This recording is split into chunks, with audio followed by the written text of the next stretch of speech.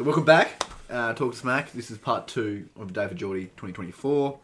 In this part, we've got Isaac Mughan and Jaxsen Airey going to ask Ryan some questions about the inside of your personal journey and A Day For Jordy. So let's get into it.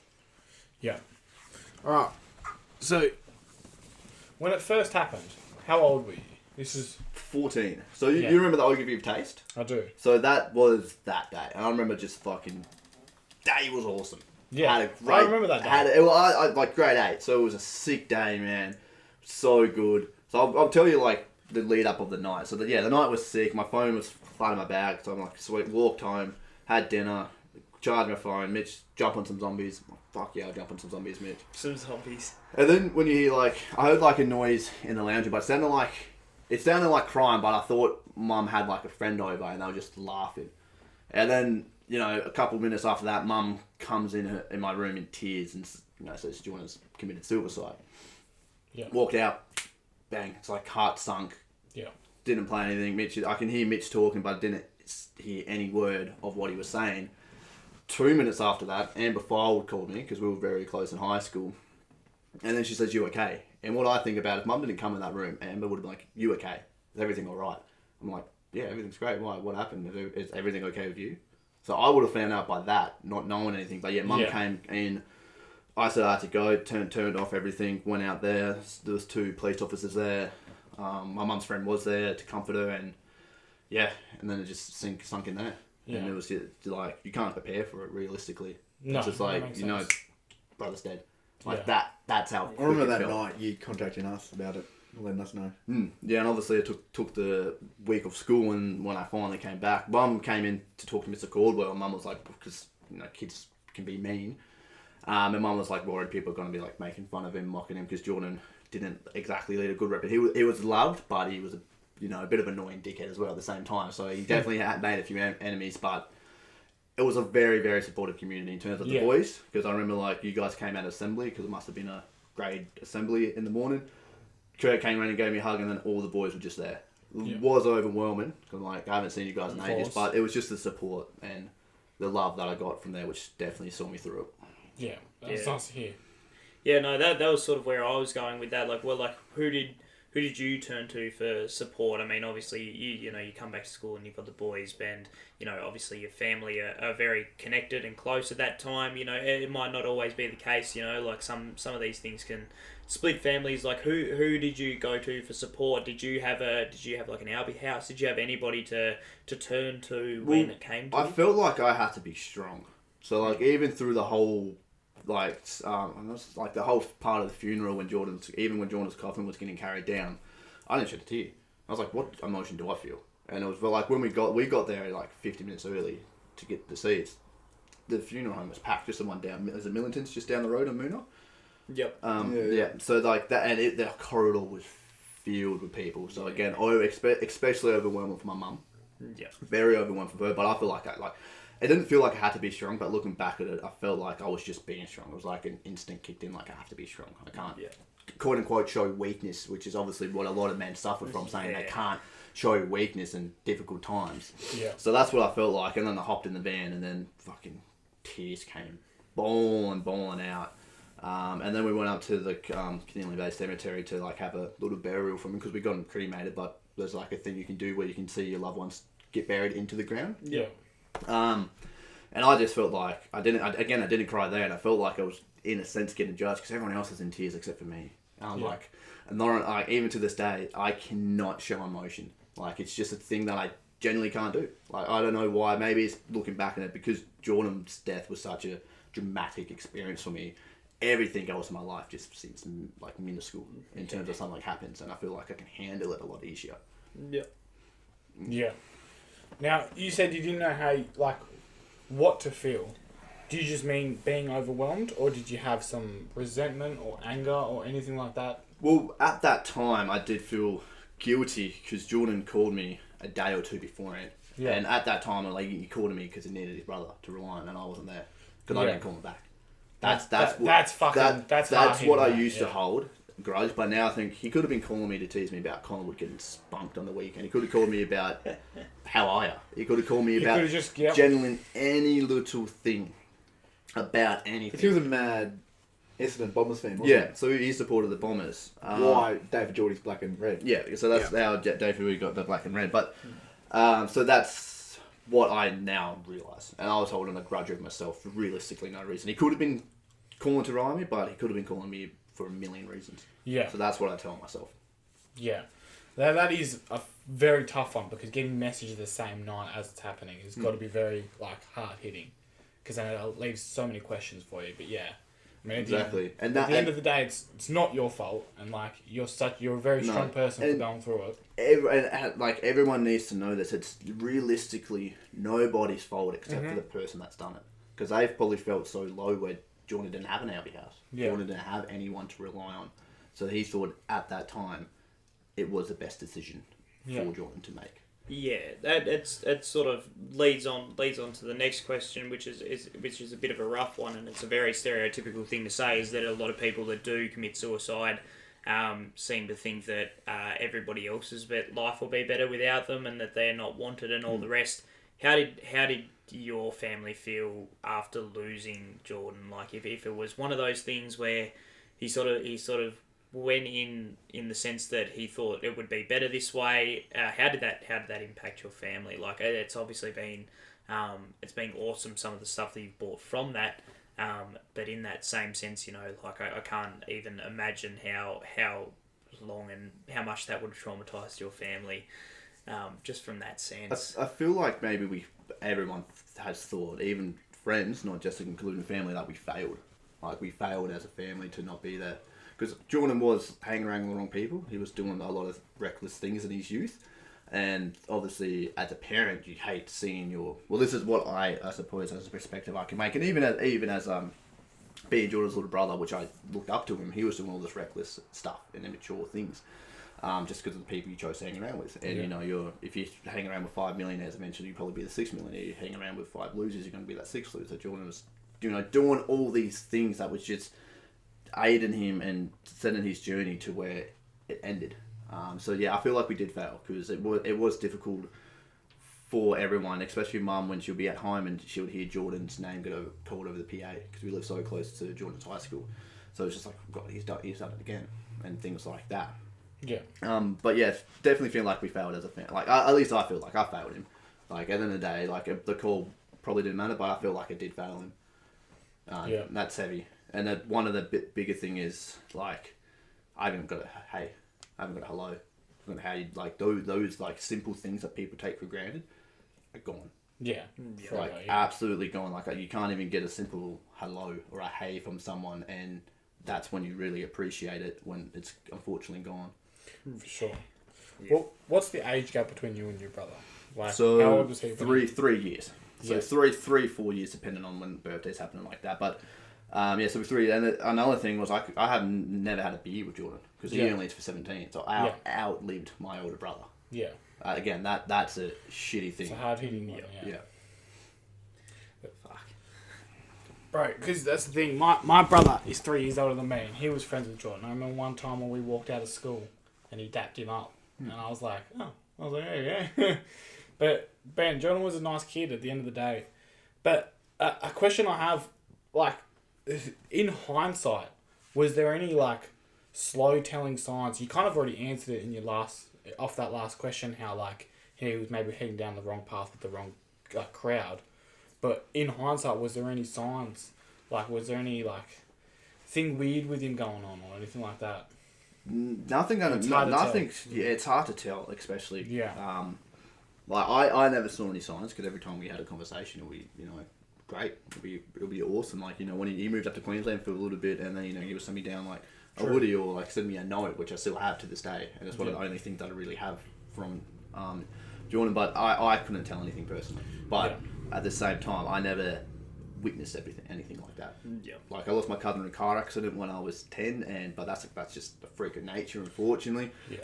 Yeah, I personally never told, but maybe if I was hanging around him more, I probably would have saw something. Yeah. But do you feel like there's an age thing in that as well? Like, you were fairly young when all of this happened. Yeah, I mean, it does feel like that, but it's like, especially when Jordan was 14, I was 9. Who wants to hang around with your younger brother? Especially when you get that stage where that's uncool thing to do. Yeah, As I got older, we adapted more. It's probably the same thing with your brothers and Cal. Like as you got older, you start having a bit more of a connection with them because you can start realistically doing the same things. But looking back at it, not at all. But like I said, I never saw any of these signs. But now that it's happened, I can kind of pick up on it when people are going through it, and I feel like it's like easier to come to someone that has gone through it because like it's easy for me to talk about it. Like what we're doing now, like everything's just like you guys were worried about the questions being too strong. I'm like, oh, I can answer the questions in the best way possible. Yeah.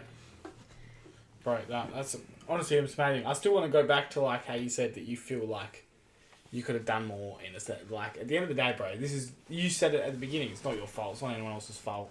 What happened. Definitely never be hard on yourself for that type of shit. Even though, like you said, you didn't get the message, but you don't know what he was saying. He could have just been saying, "Hey, love you," and that's it. And then he didn't reply to you. Like you never know. Exactly. So, he could have come home to say, you're a bit of a dickhead. Hung up. I'm like, taxi. He could have said something like that, but maybe just be more like communicative with each other. Like send the persons you love a text and like try to keep up to date on a bit more daily basis because I didn't see him every day. It'll be like once a week. When he moved up to Queensland, I didn't see him for a year. Yeah.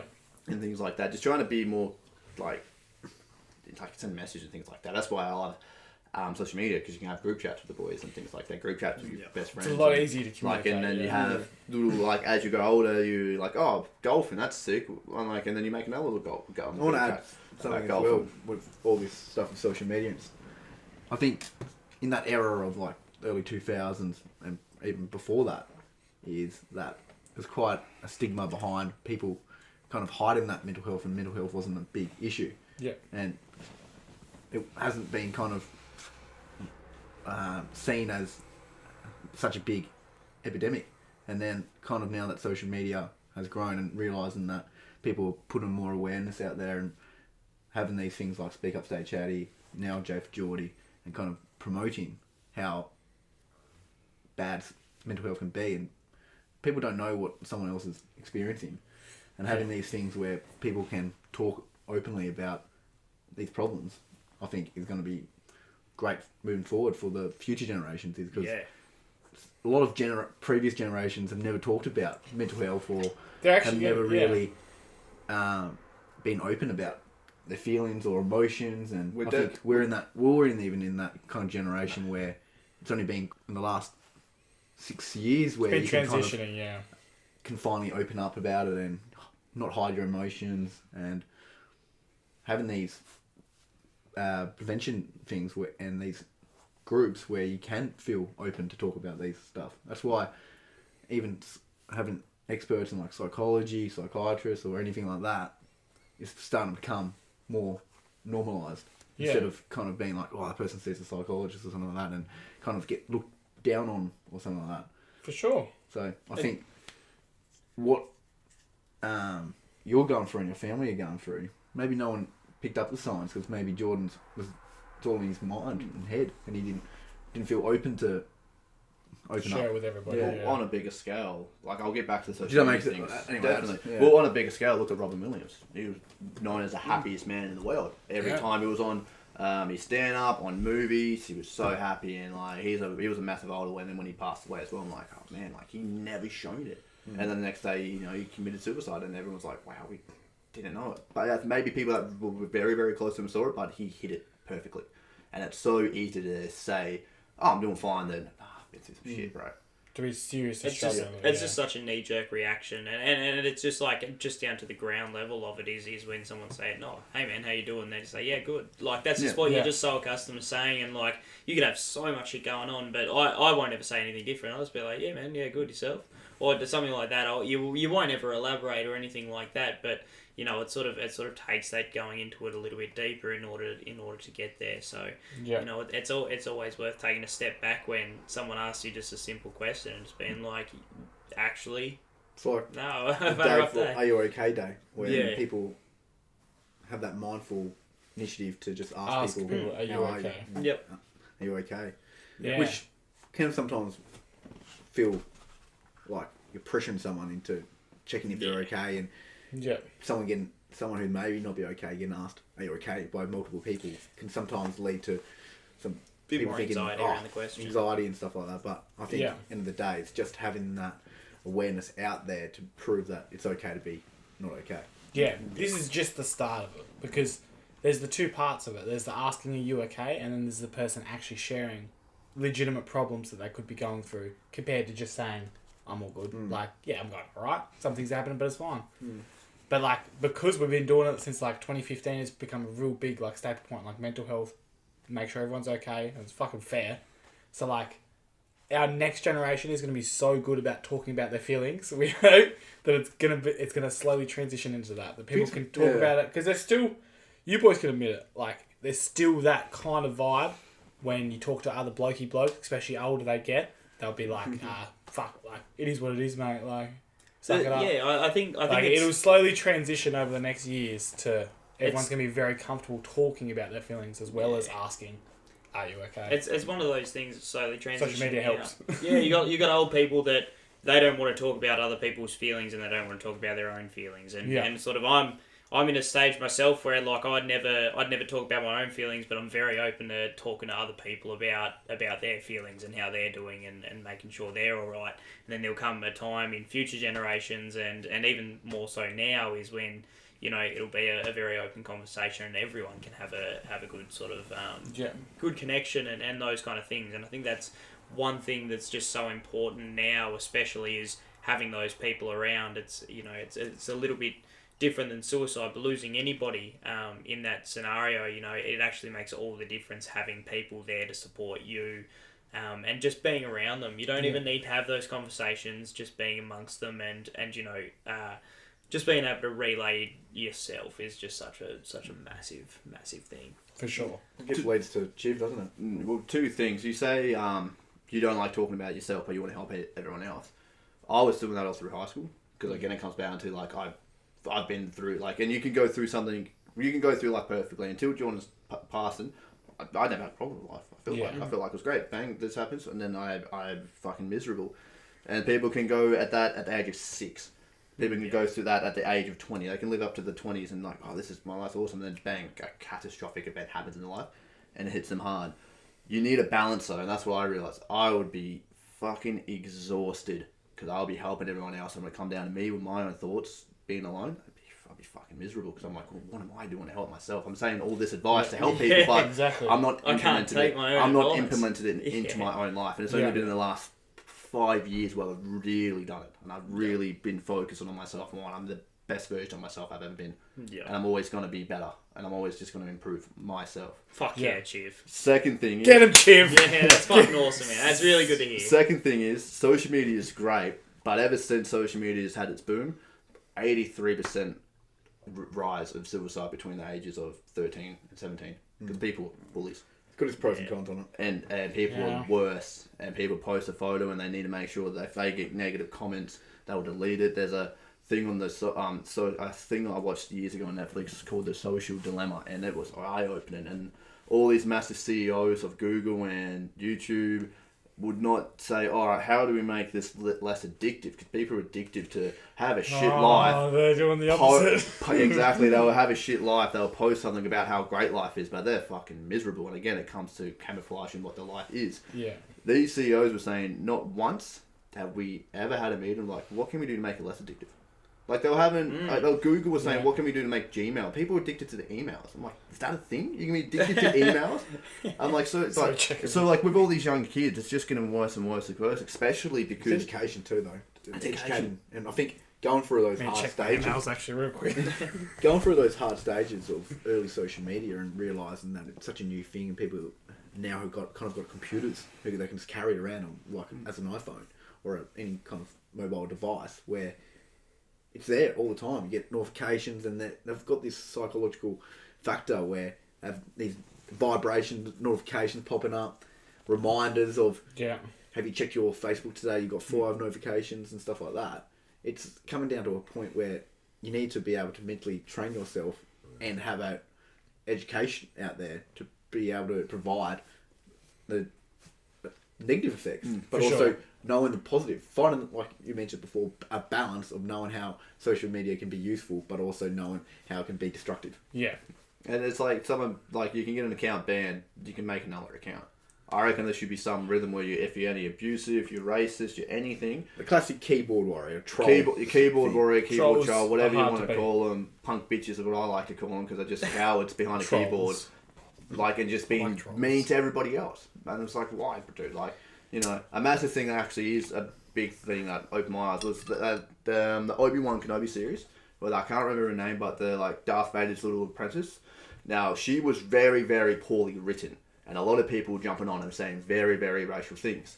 And, like, being horrible to her. Horrible to her. Obi-Wan Kenobi. I know I know you're talking about. I can't I know remember you're her talking name. about. But It's it's because she's... It was just an example. It's just because she's black. But I'm just like, no, I said to her, I'm like, because I said it to someone in town, I think, and I said, well, why are you being racist? I'm like, no.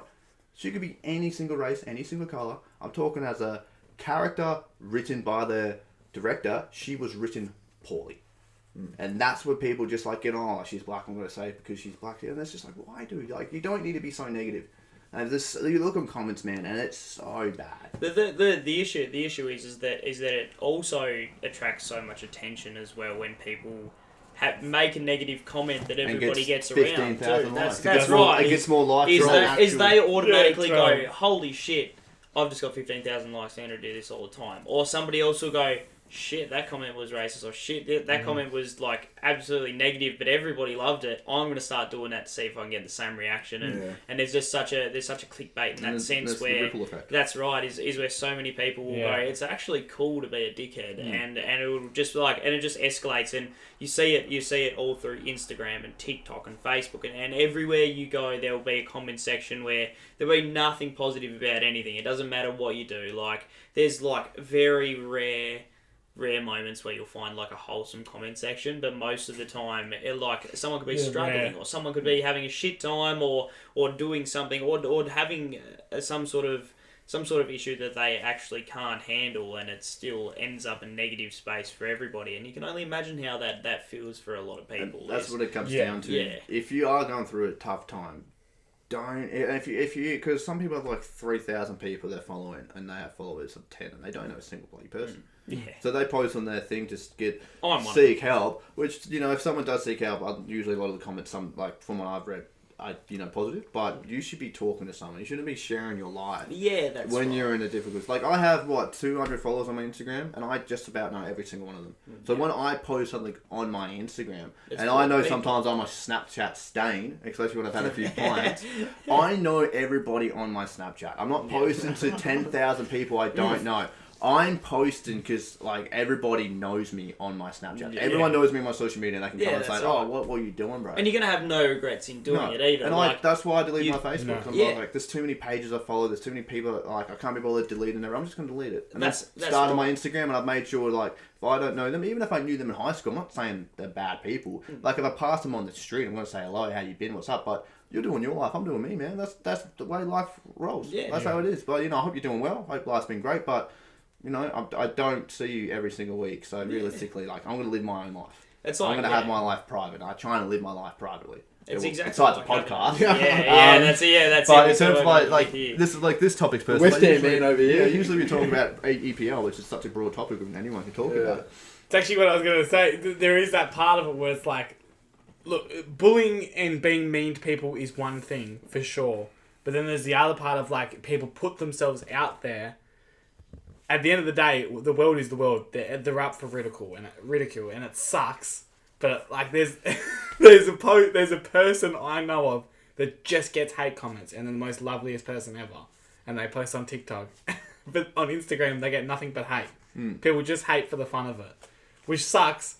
But at the same time, sometimes comedy is so subjective that people think they're funny. Sometimes people take it too far. Some people are just mean. But, like, and then it comes down it's like such a tough realm with so in that sense. Banter, for example. Yeah, like, well, exactly. On our APL podcast, But we that's banter a lot. That's where Ryan's point comes back in. It's the people you know and you're close with that usually you feel more comfortable bantering with. Yeah. Like, Oh, and 100%. you can feel more comfortable saying back and forth. If someone random calls you something, you're like, hey, Wait a minute. Yeah. I don't know you. There's always a line. And there's also a difference between like that and spreading the word as well. If we rotate right back to Chiv and just going and talking to small businesses just to spread the word. If you're doing it about something positive and people start talking about it, then that's awesome. That's ultimately what you're going to do. Yeah. We're still at the end of the day going to cop hate comments and all the rest. There's always somebody disliking every video that I'm in. I don't know who it is, but you're gonna it happens every single time. Every video that I'm in, I always got a dislike. And you know what? You're bound to get those people out there. But at the end of the day, if you're spreading a good word about something, someone's after you, positive, mate. yeah, that's right. It always happens.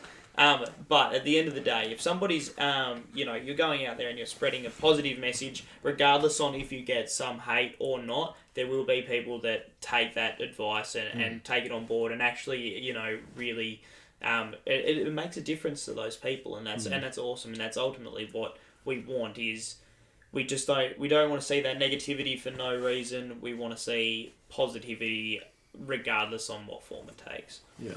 I've got a question actually for you. Go. Because I think it's connected to everything that kind of has been chatted about. But it's also kind of an overview question of how you kind of look at the situation of your growth from when this period happened when A Day For Jordy got made. How your family also kind of went through the journey. Like, where you all kind of went down different paths, or did you kind of unite? You know what makes sense? Like, were you a united family, or were you kind of in a spot where you all kind of looked at the outcome a bit differently? I felt like everyone was going through everything alone. It definitely took a massive strip off us, and I just feel like we didn't know how. Are you guys open though to to chat about? Like, well, I've always been open, and mainly because Jordan and Marissa would do something, go out to a friend's house and lie about it, and then they'll be in the K. I'm not going to be that bad, but they'll be too drunk and they're like, I can't call mum. Well, seeing that, I'm like, I'm just going to be honest with mum. If I'm going to go to Jono's house for a beer or two, I'm like, I'm going to go to Jono's. Oh, is it going to be alcohol? I'm like, yeah, it's going to be alcohol. Like, I want to make sure to mum, like, I'm going to do it, but I want you to know, so I'm going to be safe. I'm not going to be a dickhead, go through the streets, loot and throwing bricks through people's houses or anything like that. But I'm just like, well, Isaac has. I'm joking. Isaac's going to jail after this podcast. But it's just like I wanted to like let mum know like I'm doing this, and when back when I was 17 probably through 21, I was a huge marijuana smoker. Mum hated it, but I told mum like I'm gonna do it. I want you to know that. I want to because if anything bad happens, like I'm gonna call you, but she wouldn't want me to do it, things like that. So that was a difficult transition through Dad, Mum, Marissa, because I saw me as a bit of a dropkick, which I probably was. But when I... Poor baby, Chief, don't worry, mate. Chief practically, man. Yeah, but like now that I've grown, I'm just like, we can talk about it and laugh about it now, and things like that, because I feel like I'm a better person. I've learned from it, and it's obviously been a journey for all of us. But to come back to your question, yeah, we can talk about anything, and it actually comes down to as well, when people make jokes as well, you can't say that's offensive, and you say, I personally found that offensive because that offended me. But Mum was saying she heard a joke about suicide, and she laughed because it was a funny joke probably, and she was like I've been through it, it's funny, and it's like, and it's some of the best jokes that really really touch your subjects. Like, unfortunately, they come down to dark humour. So yeah, sometimes it strikes a nerve for you because it's a little bit too real, and But it's a joke. It's not like someone came up to Mum and was like, ha, your son committed. It's like that's a personal attack, and that's bad. But it was Mum laugh and giggle, and like it's fucked. Yeah, but like that's what it comes down to, and it's like the difference between a bit of a dark humour and joke that people find offensive. It's the right time to replace that for it too. Oh yeah, exactly right. I'm not going to say it at a funeral, are you? No, exactly right. But it's just like things like that, like small things like that, and like everything is like I'm a very relaxed person with everything in life, because I know like it comes down to it again. I've been through very significant catastrophe in my life, so I can feel like I'm a lot more calmer with situations. But some people aren't, and some people are sensitive. And if I say something to someone, I don't want them to go behind my back and say Ryan's a dick, Ryan's this. Just like, what you said was a little bit offensive, or what you said, like, actually actually hurt me. I'm like, oh, well, that's good to know, because now I can alter my personality to the people that are around me. Yeah. Everyone's got a different perspective and values. Exactly right. And I want to make sure, like, I'm a friendly guy.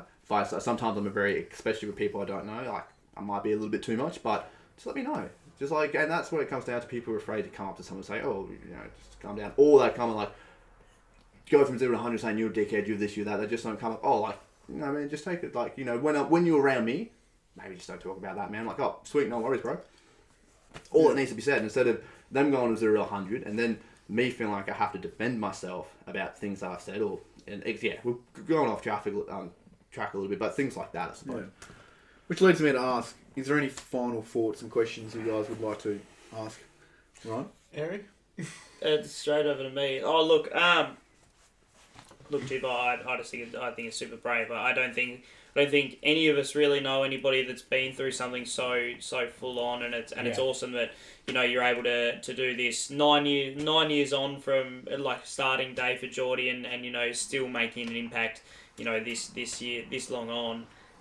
You know, I can only imagine the last 11 years have been not only some of the worst, but, you know, the most, the best, and some of the best time that you've been able to grow and develop as a person.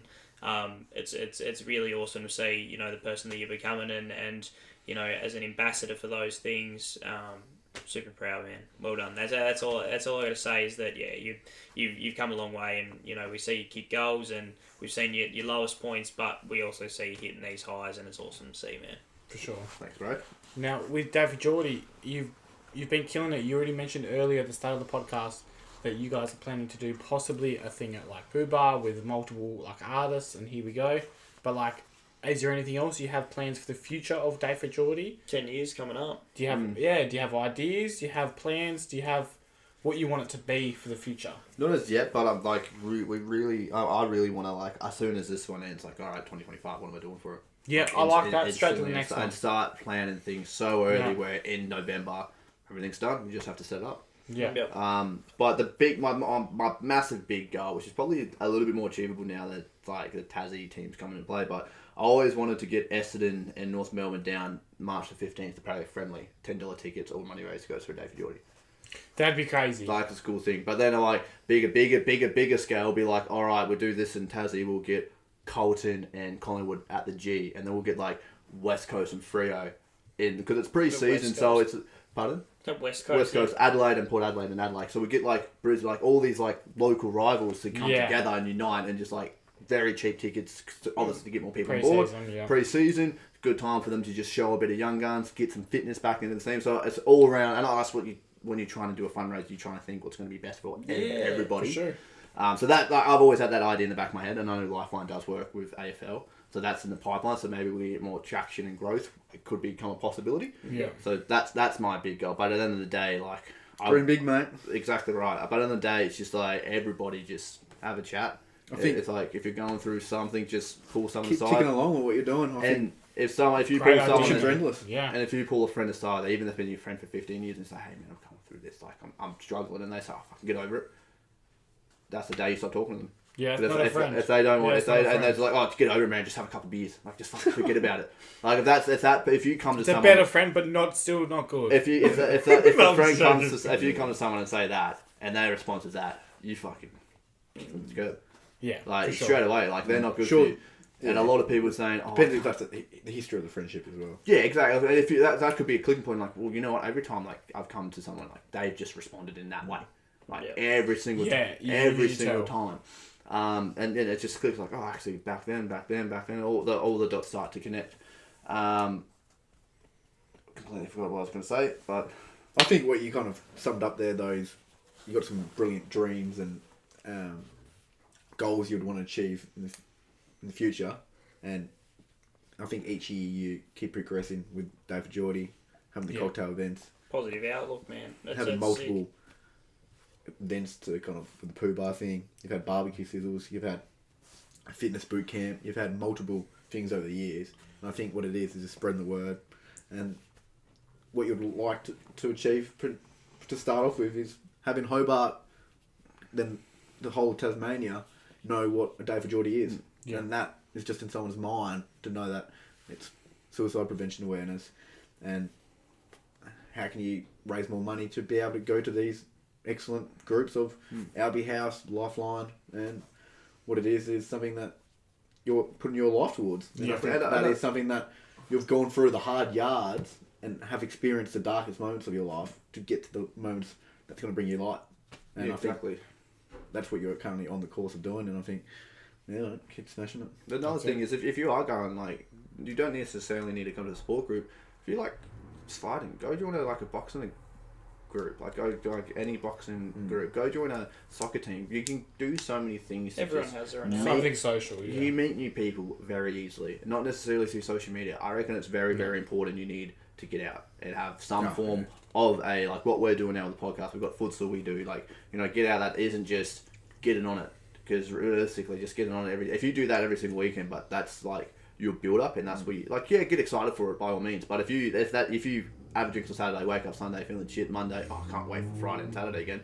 No, if we have a big night on Saturday, oh, fucking big night, boys, keen to get futsal in, oh, keen to get a recording for the podcast. Like, I feel like it's important for you to get excited for multiple things in life. Because if you have massive expectations for that one Saturday night and it's shit, it's going to derail your whole week. So it's good to get excited for many, many things in life. Find hobbies, find things that you like. Be spontaneous. Be spontaneous. Like, that's a good message, I think. But I think to sum up the podcast, I think Airey and Isaac, you did some great final thoughts. You guys didn't have any other questions? No, that's about it for me. Yeah, I think you've answered everything that I've kind of thought of. Which is leading me to ask you, what would your final thoughts be? Because I think that message you just said was great, but is there anything you want to kind of just say about A Day For Jordy, and like what's, how to get in contact, how to get what should our beautiful involved. fans do if they're interested in supporting you? Yeah, well, we're on Instagram at the moment, because Facebook's actually very difficult to find things on. We know from trying to make a podcast channel or what, like a event on a podcast page, because it's really weird how Facebook works. But yeah, we're on Instagram, A Day For Jordy. Go give us a follow. Share anything that you see pop up. You know, if you want to come to a cocktail night, I think we're doing a giveaway this weekend. We've got raffle tickets. Pretty sure are going to get announced this coming Sunday. Hopefully by this time it's out. We're recording on Friday, so they'll be out. But if not, go take A Day For Jordy. It's the socials, and keep on contact, and pretty soon keep your eye out for some road signs. Yes. Yeah. Sign Nation. Indeed. So Nation. Yes. So, Isaac, Jaxsen Airey, Ryan, thanks for coming on. I think that's a great podcast. I think it's a good overview and a good 360 of not only your own journey, a bit of Jordan's journey, a bit of A Day For Jordy, and I think just a bit of an overview on a mixture of different topics when it comes to mental health, how people look at certain topics when it comes to how it affects them. And I think let's look forward to seeing what the future holds for A Day For Jordy. That's it. So, thanks for watching Talkin Smack. This is A Day For us. Jordy 2024. Yep. And stay tuned for more. You can follow us on talkinsmackpod.com. Follow A Day For Jordy. Day For Jordy. We're on Instagram. Yep. Apple Podcasts. And if you're watching this on YouTube. That one's sending it right. That's just the neighbours. God, Yeah, we really need to soundproof They're this a little studio. reckless. We really need to Street soundproof this races. studio. But to end it all, we all know that we're the #1 Talkin Smack podcast on Apple. So, And also, don't drive like a dickhead. Be sensible on the roads. as old mate out there was just having a crack. So, yeah, that's it. Yeah, so he needs to talk to somebody. Hey. Maybe that's his release. That's his release. That's his release. Thanks, boys. There we go. Brilliant. Beautiful. Good job. Thanks, lads.